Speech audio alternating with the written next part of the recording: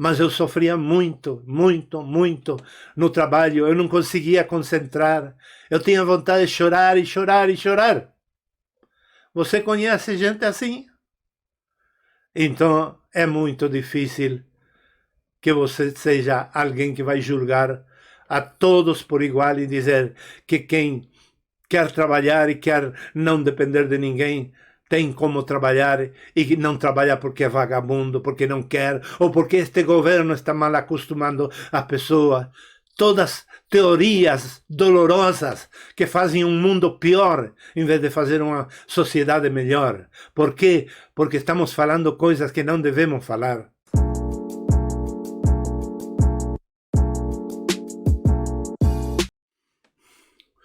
Olá, gente!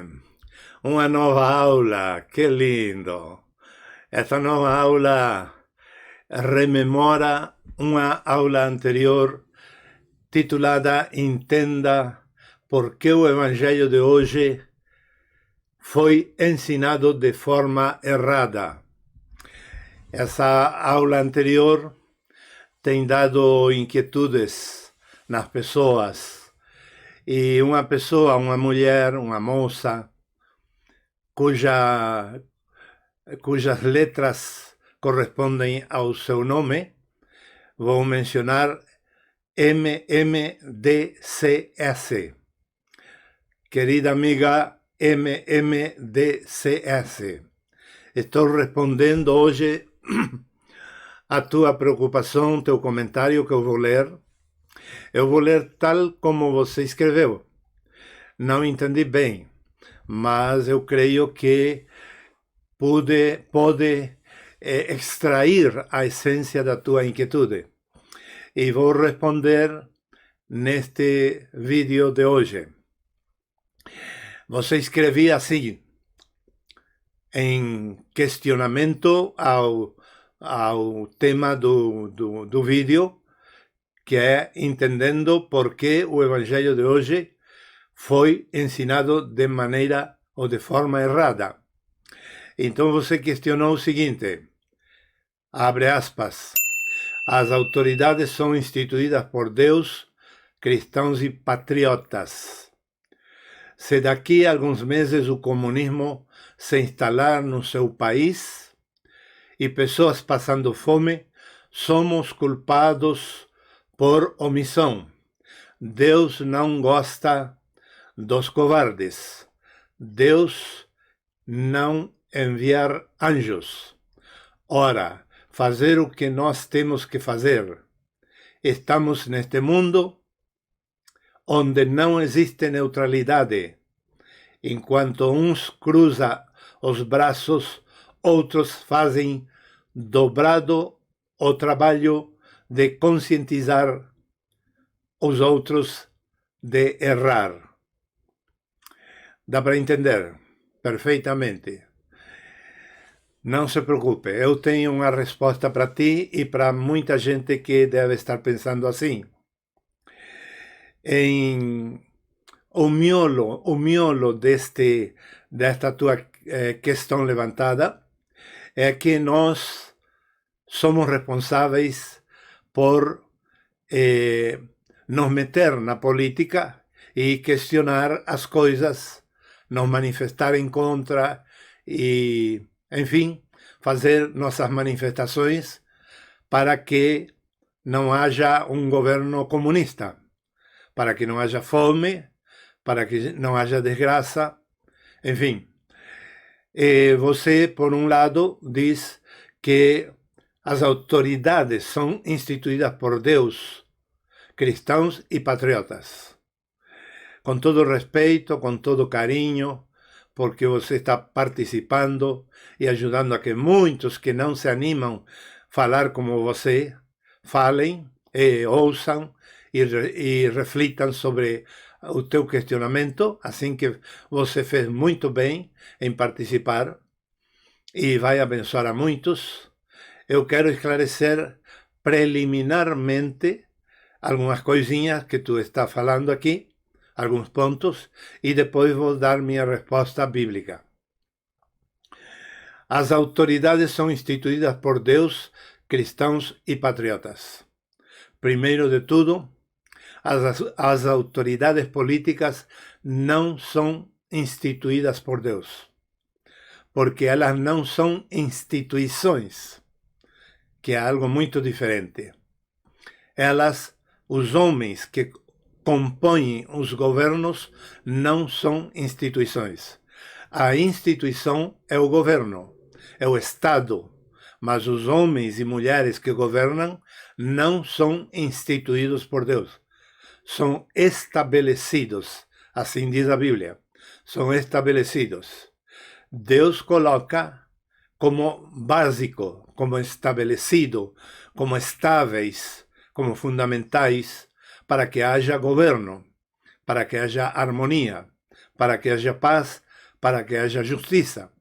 Mas eles não são instituições. Portanto, aí eu gostaria que você guarde essa ideia, que a frase deveria dizer: as autoridades são estabelecidas por Deus, não instituídas, como você colocou. Cristãos e patriotas. Não existe nenhum versículo na Bíblia que diga que as autoridades humanas devam ser cristãos ou patriotas. Não existe. O patriotismo é próprio das pessoas que amam sua pátria. E Deus apoia isso, claro que sim. Está na Bíblia que Deus tem muito em consideração a cidade, a pátria pequena nossa e a pátria grande, que é a nação, e ele respeita, e ele, quando escolheu uma das pátrias, ele escolheu uma nação chamada Israel.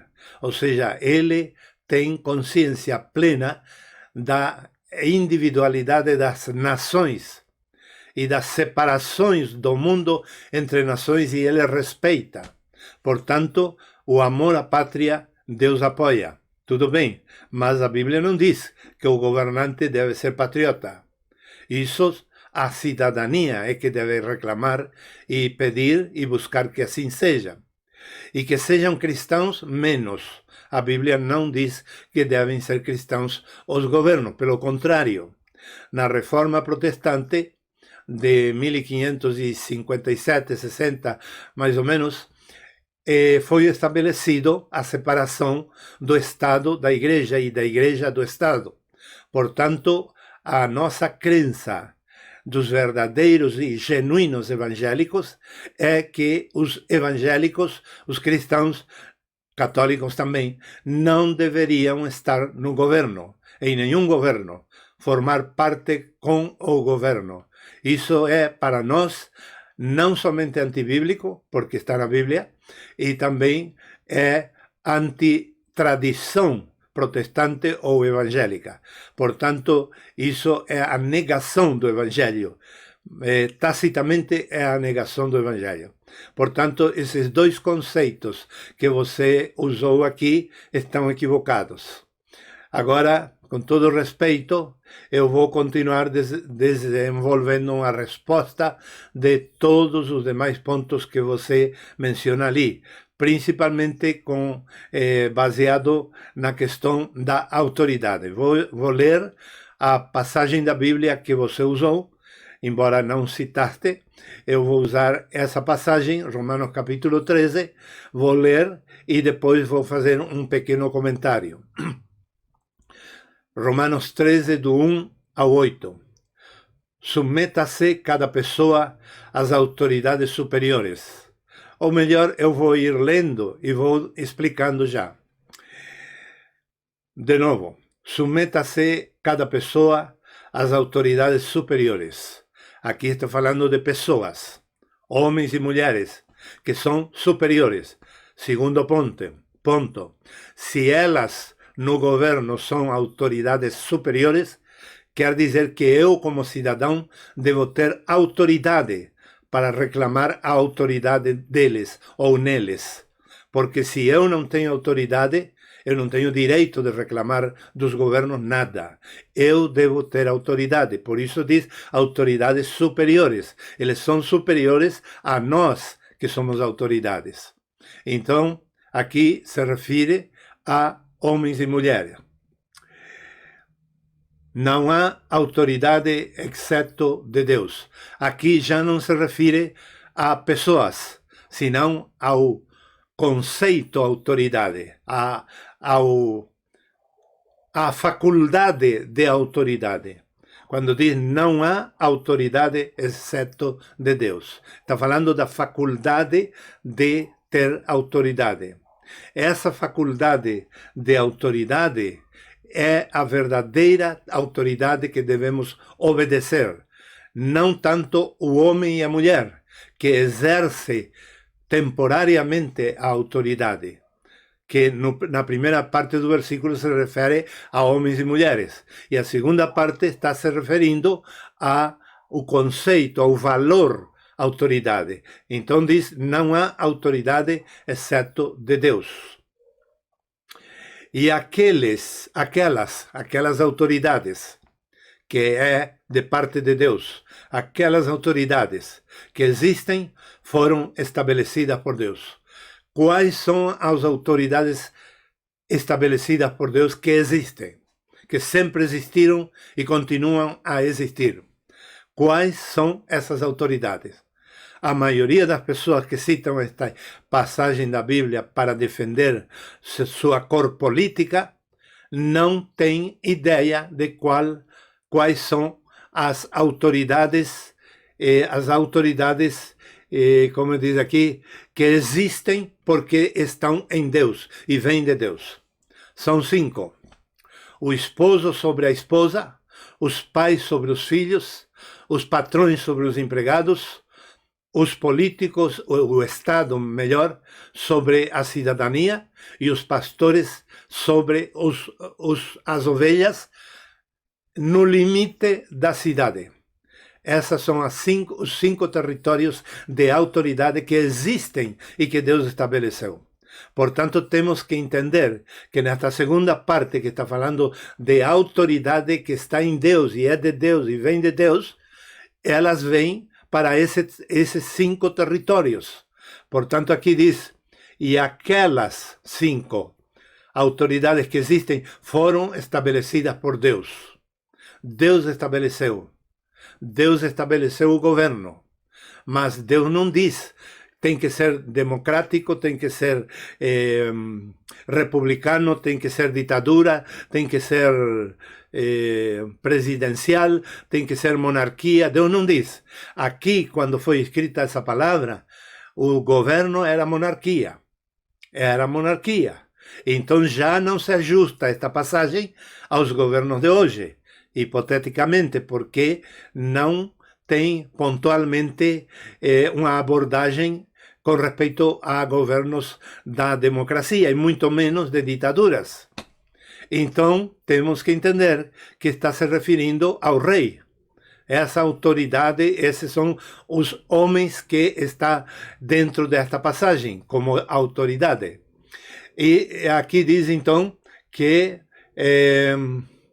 você diz, se daqui a alguns meses o comunismo se instalar no seu país, eu vou te perguntar, MMDCS, e a todo o meu público de alunos, eu vou perguntar agora, se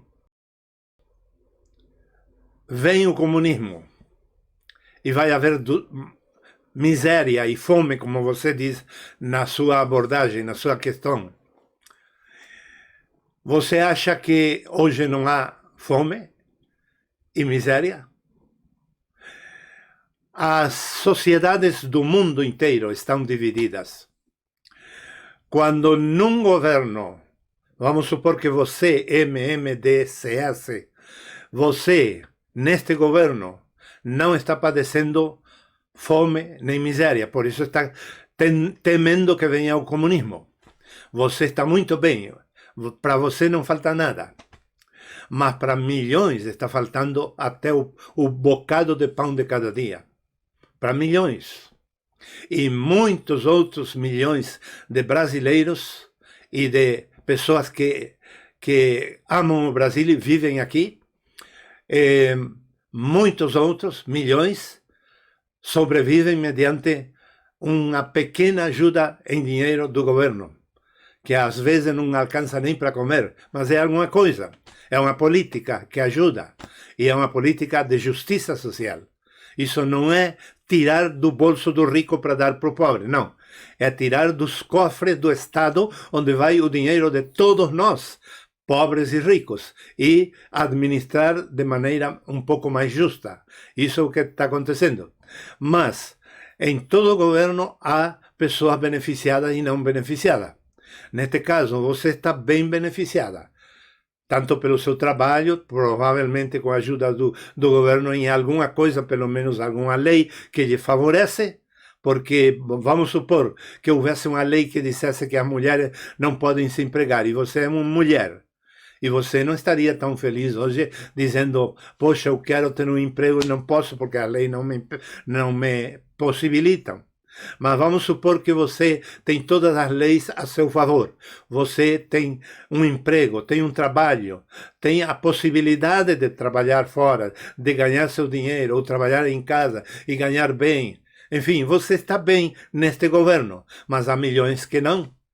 Então, por que você vai orar e pensar e desejar que não venha o comunismo, quando que no comunismo, esses que estão passando fome hoje vão se fartar de tudo o necessário e básico para viver, e você vai passar fome, provavelmente.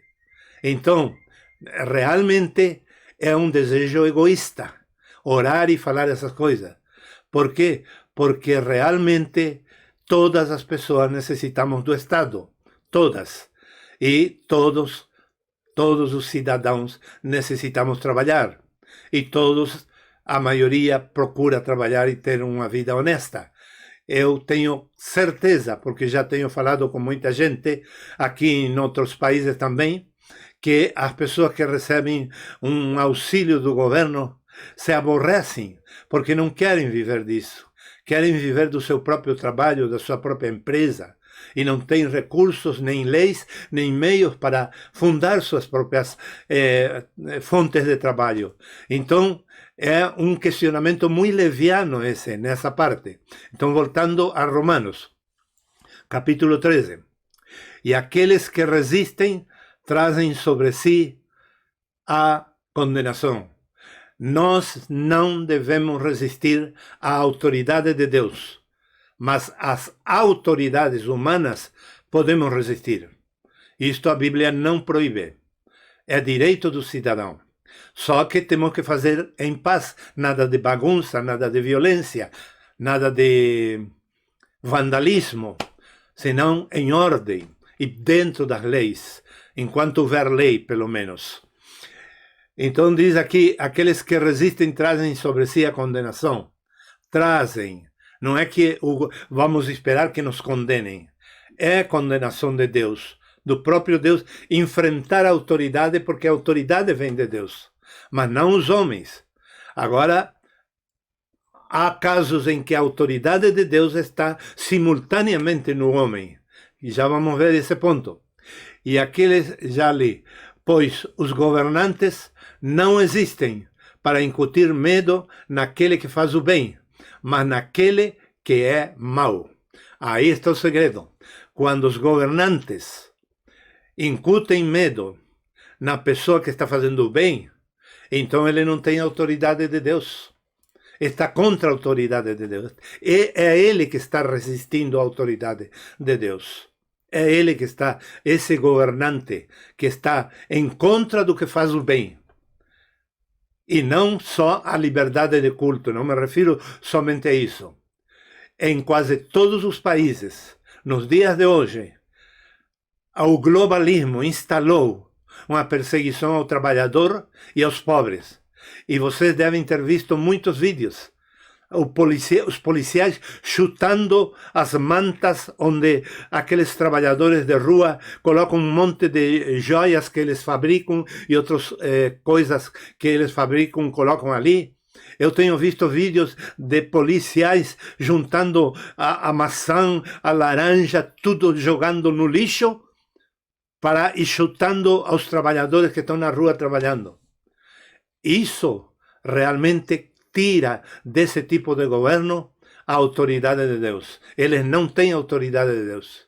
Eles, se morressem por uma bala perdida ou propositalmente enviada a eles, ou uma faca que corte a barriga deles, se eles morressem por isso, eu não vou chorar, nem vou defender nada de paz nessa questão. Por quê? Porque os seres humanos não são como eu, que sou cristão.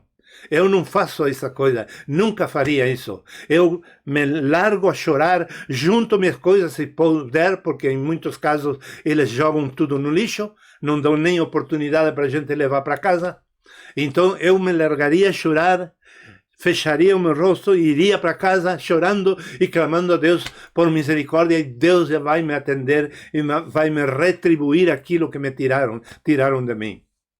Mas as pessoas que não têm Deus têm certo direito de reclamar e de reagir, e muitas vezes reagem mal, e por isso é que tem faca, tem arma de fogo, tem tantas outras formas de violência. Por quê? Porque há governos que não têm autoridade de Deus, como o que está fazendo com o povo. Mas aquele que faz bem as coisas certas, por exemplo, há governos que as leis, a parte do poder executivo, poder judicial, a parte do poder judicial está sempre criando leis contra o pobre e o trabalhador, e só leis a favor do rico. Então esse poder judicial não tem autoridade de Deus, não tem. Eu lembro uma vez, levou como dizer, um catequista da Igreja Católica.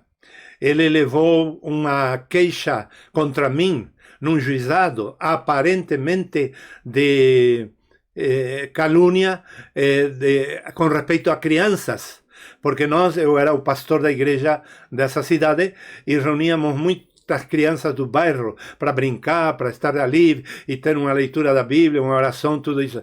E ele levou para o juizado uma acusação contra mim e me citaram. E como eu sei que eu não tenho rabo preso e eu não andei fazendo nada errado, eu fiz uma carta, documento, mandei pelo correio ao juizado e disse: eu não vou me apresentar, não vou me apresentar, porque eu estou aqui para abençoar o Brasil, fazer bem para o Brasil, e eu não sou um delinquente, não sou uma pessoa depravada, eu sou um filho de Deus, portanto, a mim não tem por que me citarem para nada, porque eu não devo nada. Nunca na vida o juizado voltou a me citar nem reclamar nada. Eu não devo nada, nem devia, nem devo. Por quê? Porque eu discerni que eles estavam estimulados por alguma calúnia, alguma perseguição, e depois eu soube bem como foi, e eu discerni que eles não tinham autoridade para me citar. Não tinham autoridade. Então, eu não tinha medo. É o que diz o texto ali. Por quê? Porque eu estava inocente, sem culpa e sem cargo algum. Então, aqui diz assim, que todo governo é estabelecido por Deus para incutir medo não naquele que faz o bem, senão naquele que faz o mal, ou que é mau. O poder judicial da maioria dos países nos dias de hoje, mediante a filosofia do globalismo, está atuando constantemente contra a verdade, contra o pobre, contra o trabalhador, contra tudo que é honesto. E como você vai obedecer? Não tem como. Agora, só pode desobedecer alguém que tem autoridade. E no meu caso, eu estava com autoridade. E eu estou com autoridade. Por quê? Porque eu ando em um caminho reto. Eu ando fazendo o bem o tempo todo para a sociedade. Então, se eu tenho a minha consciência limpa, eu tenho esse direito de me rebelar. Senão, não tenho esse direito. Seguimos um pouquinho aqui em Romanos, que diz assim: você Quer não temer a autoridade? Faça o bem e você terá elogios dela. Parece uma piada, não? Parece uma piada. Nos dias de hoje, difícil que haja um elogio. Quando eu era criança, adolescente, a polícia elogiava a minha família, o sobrenome do meu pai. Elogiava. E quando vinha para o nosso bairro a buscar um delinquente, alguém que fez alguma coisa errada, antes de procurarem no bairro, batiam palma na nossa casa. Seu Aranda, e chamava o meu pai. E o meu pai saía lá e atendia aos policiais. E eles perguntavam, o senhor viu? O senhor sabe disto? Falando baixinho. Se informava com o nosso pai, com meu pai, para depois sair no campo a procurar, no bairro, a procurar o delinquente. Enfim, éramos palavra maior no bairro. Por quê? Porque realmente as próprias autoridades tinham autoridade de Deus. Mas hoje é muito pouco que existe a autoridade de Deus.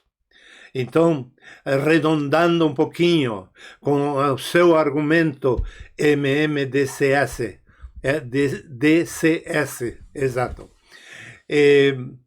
Se você pensa que só durante governos comunistas, que eu não estou no mérito de ninguém, de comunistas nem de neoliberais, não estou para ninguém, mas se você pensa que só nesse governo, só esse governo não é de Deus, então você é Deus, porque você tem autoridade para dizer que este governo é de Deus e este não é de Deus. E é uma equivocação muito grande sua e de a grande maioria dos cidadãos do mundo, dizer que este é de Deus e este não é de Deus. Como você sabe que é de Deus e não é de Deus? Por isto, por aquilo. É muito provável que você não tenha nenhum argumento bíblico para dizer isso. Além de que não devemos agir como juízes. Não, porque a Bíblia já estabeleceu tudo. Está tudo estabelecido na Bíblia. E eu estou ensinando a verdade para que todos possam aprender a verdade. Não de direita nem de esquerda, senão a verdade que é de Deus na Bíblia, doe a quem doer. Eu não apoio comunista, nem esquerdista, nem direitista. Nada. Eu apoio a verdade que está na Bíblia. E por isso que tenho que falar coisas que dói para a pessoa, mas são verdadeiras porque são totalmente dentro da palavra de Deus, dentro da mente de Deus. Vamos seguir na leitura desse capítulo. Diz, porque ele, o governante, não? É servo de Deus para o bem. Ele é servo de Deus para o bem. Será que só um governo comunista é servo de Deus e o direitista não é? Será que só um governo direitista é servo de Deus e um da esquerda não é servo de Deus? Sabe qual é o ponto que dirime essa questão, que tira da dúvida a você e a qualquer outra pessoa? Quem então é o governo que é servo de Deus? Está aqui no texto que estamos lendo. Aquele que tem autoridade de Deus. Não porque tenha o cargo e o posto é que tem autoridade de Deus. E como sabemos que tem autoridade de Deus? Porque defende o pobre, defende o trabalhador, defende o que faz o bem. E você falou que Deus não gosta de pessoas covardes. E eu te digo, não é muita valentia nas pessoas pagar os impostos? Uma pessoa que paga impostos, uma pessoa que faz o bem, uma pessoa que tem uma vida moralmente correta, é uma pessoa honesta, trabalhadora, é pobrezinha, mas ela é honesta, não briga com os vizinhos, não rouba, não mente, se tem fiado paga, é trabalhadora, cumpre com os contratos. não anda de escândalos sexuais e outros, essa pessoa já não é suficientemente valente melhor, ela já não é suficientemente valorosa? A que você chama valorosa? Agarrar as armas de fogo? Sair para a rua? Fazer escândalo? Manifestação? Jogar pedra na casa de governo? Incendiar os prédios públicos? Isso é ser valoroso? Isso não é ser valoroso. Isso é ser violento. E isso é ruim. Isso merece que o governo pegue essas pessoas e puna essas pessoas. Porque não podem fazer isso. Porque os bens materiais que há no país são todos nossos. De todos nós, temos que cuidar todos por igual. Mas, se você fizer algo errado, tenha medo, porque não traz a espada em vão, pois é servo de Deus. Veja outro ponto. O governo não traz a espada, figura antiga, porque eu já te disse que está falando da monarquia antiga. Há séculos e séculos que foi escrito isso. Então, diz, não em vão ele traz a espada. Segundo este texto, a espada é própria do governo, não do povo. E hoje estão querendo enfiar arma de fogo a todo mundo. Quem tem um dinheirinho, compre arma de fogo, está tudo bem. E ainda dizem que não vai acontecer nada pior. Que é melhor morrer um delinquente antes que um policial. Como? Os dois são a mesma vida, do mesmo valor diante de Deus. E os dois têm direito a viver. E os dois não devem empunhar a arma para o mal, nem sequer a polícia que representa o governo. Mas o governo é o único que tem que carregar armas, e não o cidadão. Está claro neste versículo. Diz que o governo, o Estado, aquela pessoa que representa a autoridade de Deus, que tem a autoridade de Deus para estar naquele cargo, essa pessoa é a única que pode portar a arma. Aqui está na Bíblia. Porque não traz a espada em vão, pois é servo de Deus, vingador para indignar-se contra aquele que pratica o mal. Portanto, é necessário estar sujeito a ele, não apenas por medo da ira, mas também por causa da consciência. Para isso vocês também pagam impostos, porque são servos de Deus, que continuamente cuidam disso mesmo. Cuidam. Será que cuidam? Se eles pegam nosso dinheiro e cuidam mesmo, todo dinheiro que entra para o cofre público pertence equitativamente a todos os cidadãos do país, os que têm a nacionalidade nata e os que elegeram ter a nacionalidade ou ser residentes permanentes no país. Todos têm o mesmo direito, porque todos trabalham.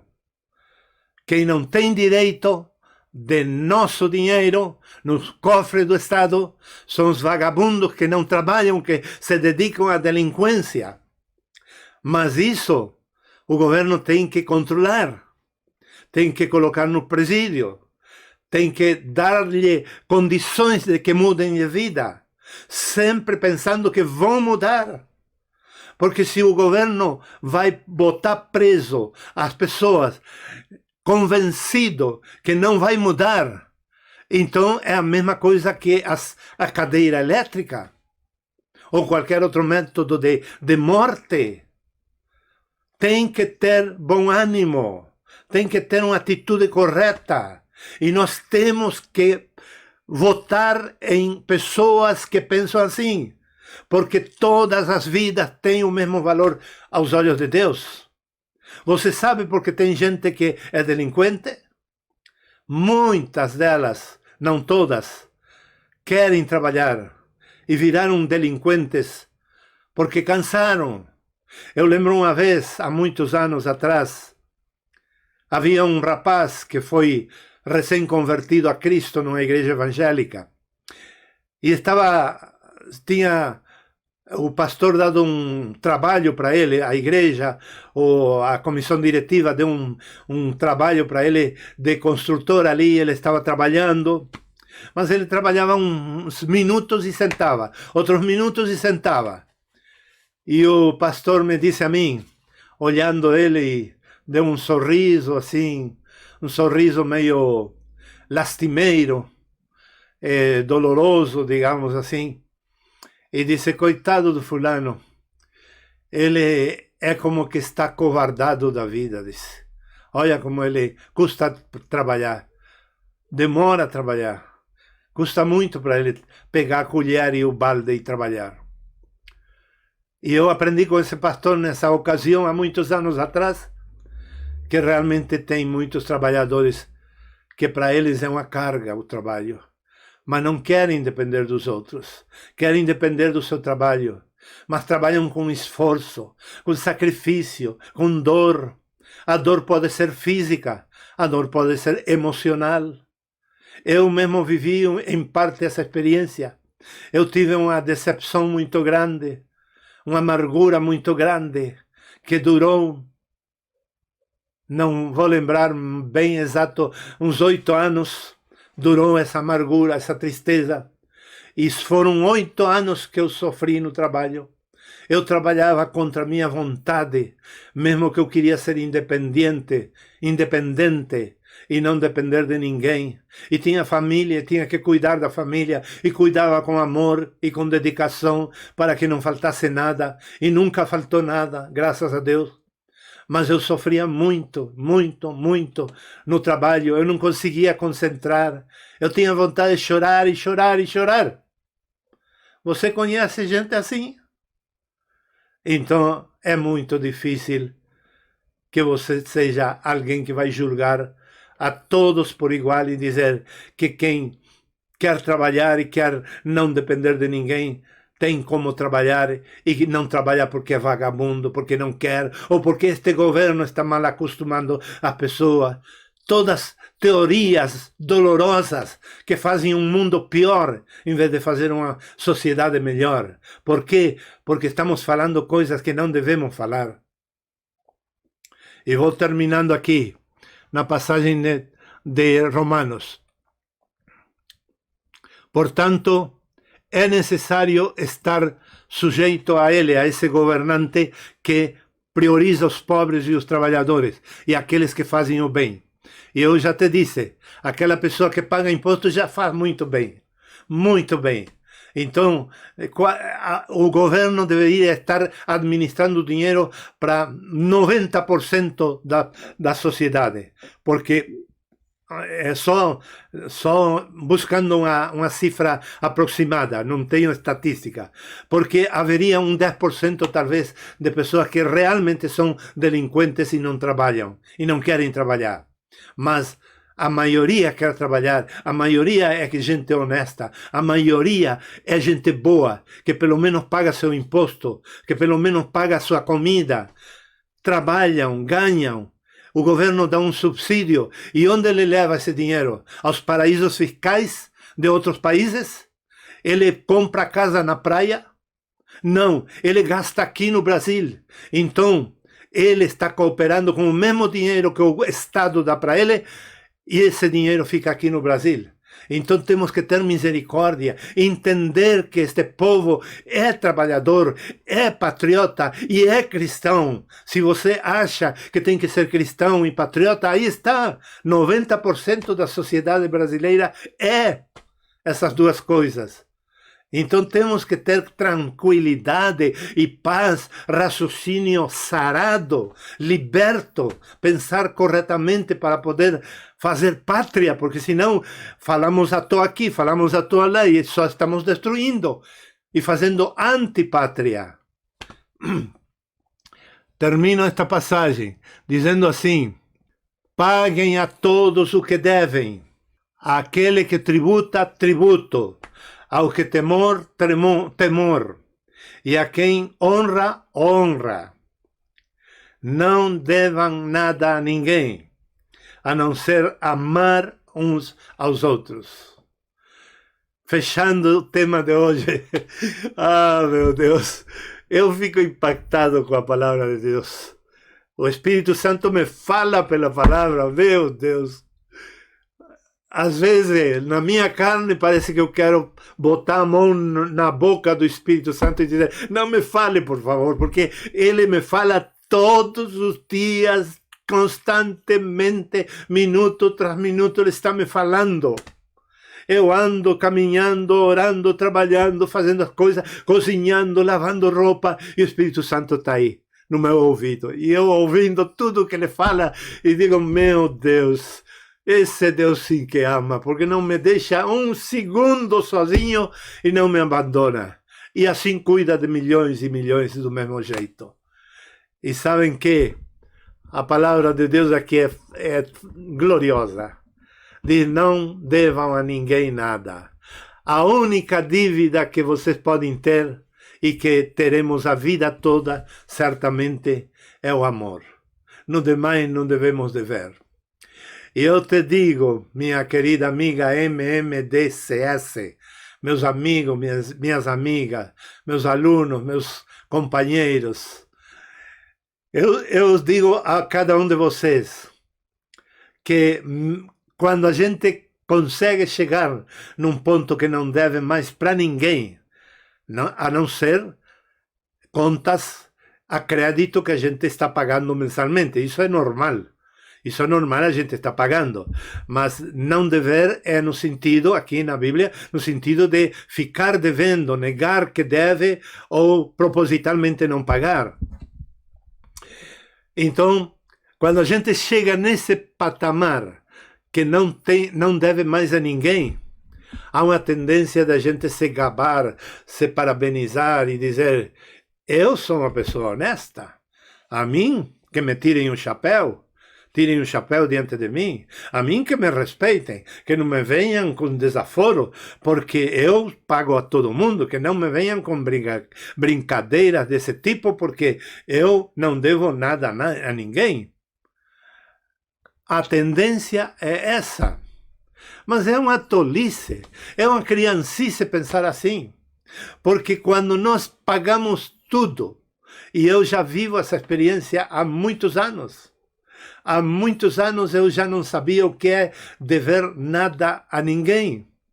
Mas, nos últimos anos, eu procurei as pessoas que eu devia reconciliação. Procurei todas elas. Se alguém ficou ainda sem ser reconciliado comigo, é porque eles não procuraram e eu esqueci, não lembro essas pessoas. Mas tudo que pude lembrar e que eu pedi ao Espírito Santo que me faça lembrar, eu fui anotando, fui vendo um e outro, eu fui pagando tudo. E paguei tudo. Fiquei zerado em dívida. Completamente. E quando algumas pessoas veem muito pela internet oferta de cartão de crédito e crédito daqui, crédito de lá, e quando as pessoas me oferecem que eu posso pagar assim, assado, eu digo não, radicalmente.